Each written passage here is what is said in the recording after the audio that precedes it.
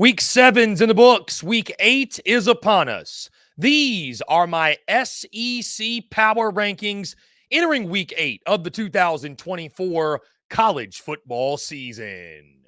Hello, everyone. I'm Chris Phillips. Appreciate each and every single one of you tuning in. Make sure you like, subscribe, turn notifications. Check us out via podcast, wherever you get your podcasts. You can also find us across all social media platforms, as well as our website, SECUnfiltered.com.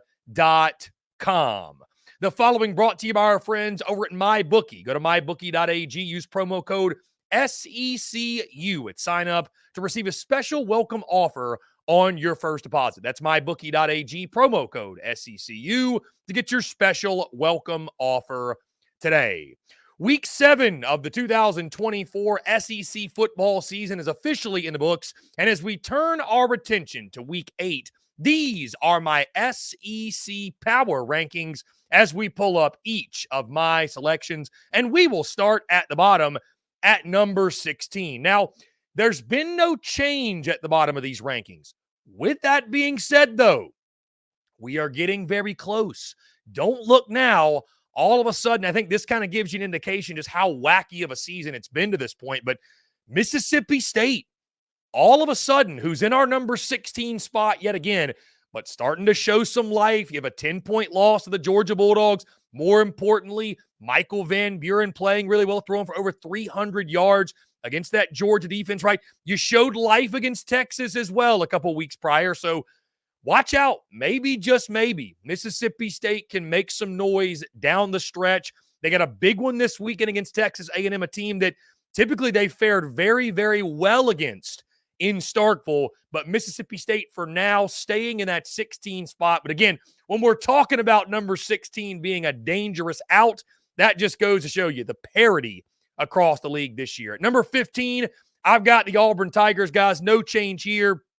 Auburn coming off of the bye week. They got a big game upcoming this weekend in Columbia, Missouri. What's crazy, guys, is Auburn, you feel like it's like there's a huge layer of crap, and then you discover you're like, there's actually a pretty good football team underneath all of this garbage. But unfortunately for Auburn, until we see them clutch up late in the game, not make those back-breaking mistakes we become so accustomed to, all those numbers virtually mean nothing, all the positive numbers at least. So again, Auburn stays in that 15 spot. Big opportunity this weekend in Como. At number 14, guys, I dropped Oklahoma. The Oklahoma Sooners fall to this spot.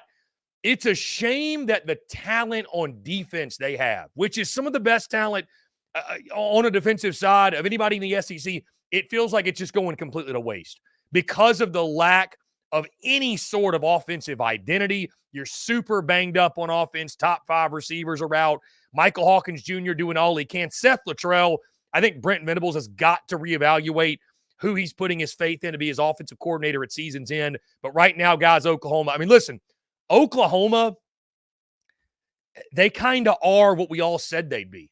6-6, 7-5. I think a lot of Sooner fans didn't want to hear that. But with their issues, and guys, their issues have been amplified because of injuries, because of struggles at the quarterback position that went further even beyond what we thought. And, of course, the offensive line being an eyesore as well. So at number 14, Oklahoma. Number 13, I've got the Florida Gators. Look, listen, I understand they put up a great fight and a positive showing at Tennessee, but also, guys, all Billy Napier did was reaffirm why he's going to be fired at some point this season. It's not a matter of if, of course, it's a matter of when. Florida had a chance in that football game against Tennessee, but just some boneheaded play calling. You had somehow, some way, you literally have a special teams mat that helps you count to 11, and you still somehow have 12 players on the field on a field goal attempt. It's just the same old, same old. I know Gators are tired of it. I know they're tired of hearing about it. Florida at number 13. This program needs to make a change sooner rather than later. And by the way, our thoughts and prayers go to Graham Mertz. Really ashamed that kid out for the year. His Florida career is done. The DJ Lagway era has officially begun in Gainesville. Guys, at number 12, I've got the South Carolina Gamecocks. Again, another team with a great fight, but still at the end, just not able to pull it out. South Carolina is just another one of these teams that has got to find a way to stop shooting themselves in the foot. Lenora Sellers has 3 fumbles in the game. Guys, Lenora Sellers, 7 touchdowns to his credit this year. he has 10 turnovers. I mean, it's just really, really hard to win when your quarterback can't take care of the football. Defensively, guys, give Clayton White and that staff all the credit in the world. They've done a great job with that defense.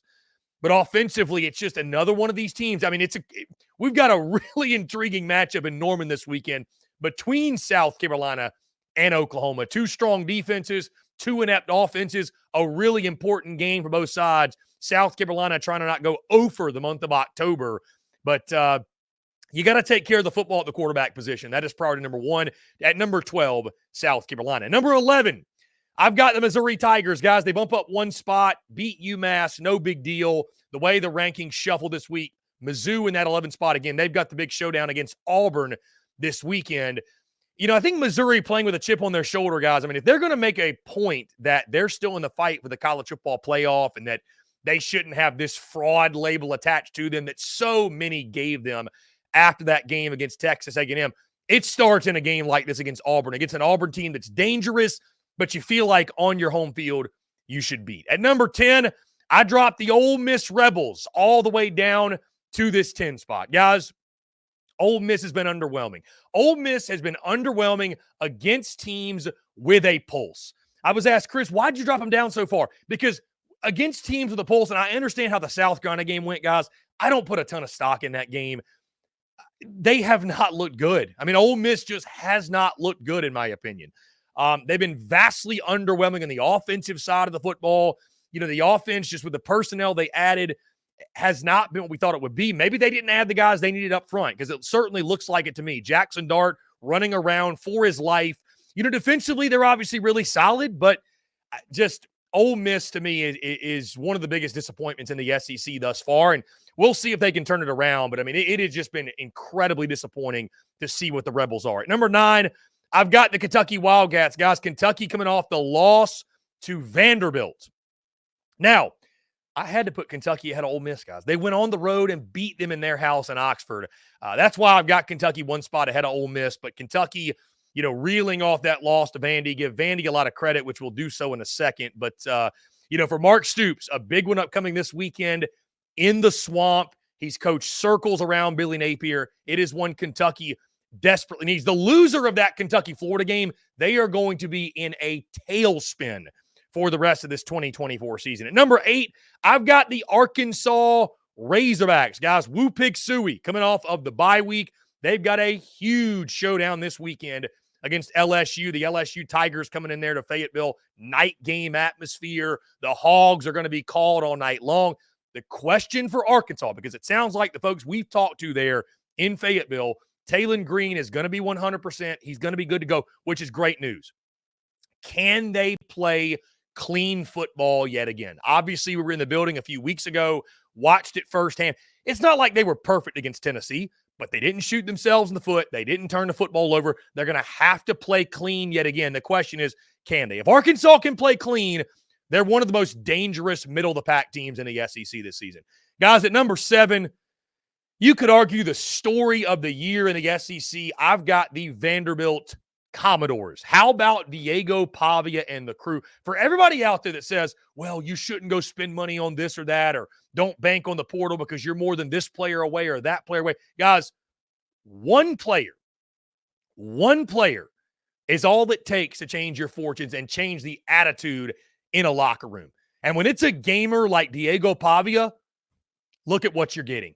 I mean, Vandy, it wasn't more impressive, obviously, than beating Alabama, but wildly impressive to following the week of beating the number 1 team in the country. You know, there are all these questions. Are they going to be focused? Are they going to keep looking back at Alabama? They're going into Lexington. Like, are they going to, are they going to be focused on this game?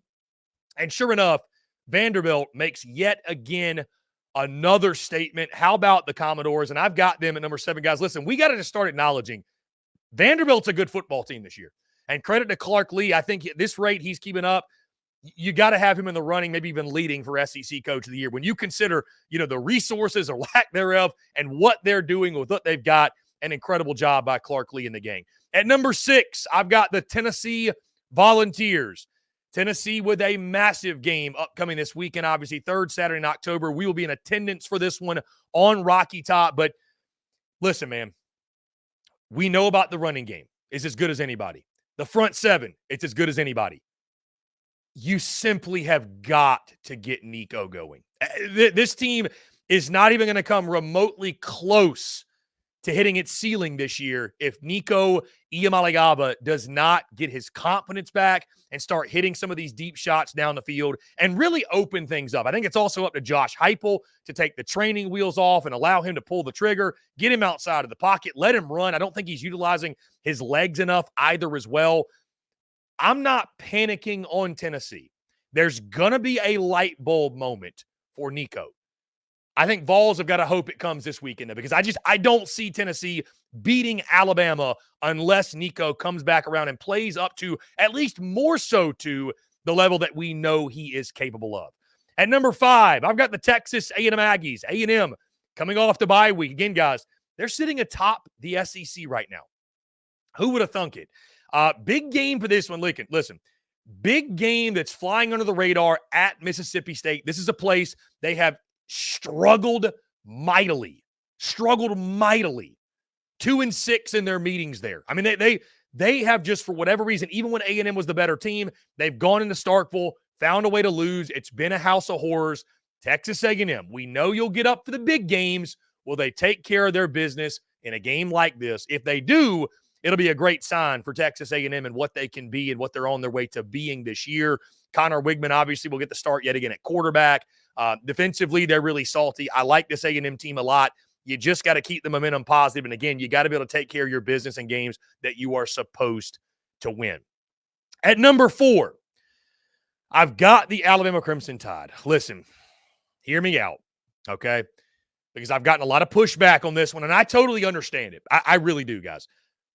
I'm so torn on Alabama because I've seen them the last few games struggle. And I mean struggle mightily, right? Lose to Vandy. You could argue should have lost to South Carolina, although found a way in the end to get the job done. I've got questions about Kalen DeBoer. I've got questions about Kane Womack. I've got questions about the discipline of that Alabama football team. Things are just out of sorts right now. But my mind goes back to what I watched Alabama do in the first half against Georgia. It's like that team is still in there, guys. What they did against Wisconsin, that team is still in there somewhere. Now, if that team doesn't show up and it's been more the same of what Bama's been doing, they're going to get beat in Knoxville on Saturday night. They just are. So if Alabama is to lose this weekend, right, because of the last couple of weeks, their drop will probably be more severe. But right now, I haven't completely sold all my stock on Bama. And guys, the other reason is this. Who do you put in that 4 spot? Who do you put in that 4 spot that right now has really, really, truly earned that 4 spot? I mean, right now, guys, these power rankings, we've got to fight in the SEC of, okay, who just wants to be the second best team? Who wants to be the third best team? Does anybody want to step up and separate themselves and do it? It's been a wacky year across the league. So again, to penalize a team for winning, it's tough to do this year. So I kept Alabama, actually moved them down a spot after a win, but kept them in the top 4 because, again, they did find a way to beat the Gamecocks. We'll get a lot more answers Saturday on Rocky Top. At number 3, guys, I've got the LSU Tigers. They vault up a few spots after their win over the Ole Miss Rebels. Listen, this LSU team is chaotic. They're all over the place at times. Garrett Nussmeier, all over the place at times. But, hey, good teams find ways to win, and I like this LSU team a lot, especially what I saw from Blake Baker's defense. Guys, Blake Baker is worth every single penny they are giving him down there on the Bayou. So LSU up at number 3, still love the weapons they have offensively. I don't know why LSU can't run the ball. It's just, it's a staple of them at this point. But you know what? They're as good as anybody in pass pro. Garrett Nussmeier doesn't get touched when he drops back to pass. And it'll be kind of all on must for them to carry them offensively and take care of the football. He's got to do a better job of that, obviously, especially going on the road at Arkansas. But again, how can you not be thrilled about what you've seen from Blake Baker's defense at this point? I think they're 75 spots better, I was told, at this point than they were last year defensively, which is just, it's incredible. Blake Baker, low-key, a miracle worker down there in Baton Rouge. At number 2, I've got the Georgia Bulldogs. I mean, guys, again, there's nobody else that I'm going to put here that deserves to be here. That being said, Georgia doesn't look great. Let's call it for what it is. They really don't. I mean, Georgia's got their own issues. You give up 31 to Mississippi State and get carved up by Jeff Levy and Michael Van Buren. You got Kirby Smart, which, listen, do I think Kirby Smart meant to push the kid? Like, I don't think Kirby Smart's on the sideline, like, wanting to pick a fight with a player on the other team. Still, though, it's a bad look, right?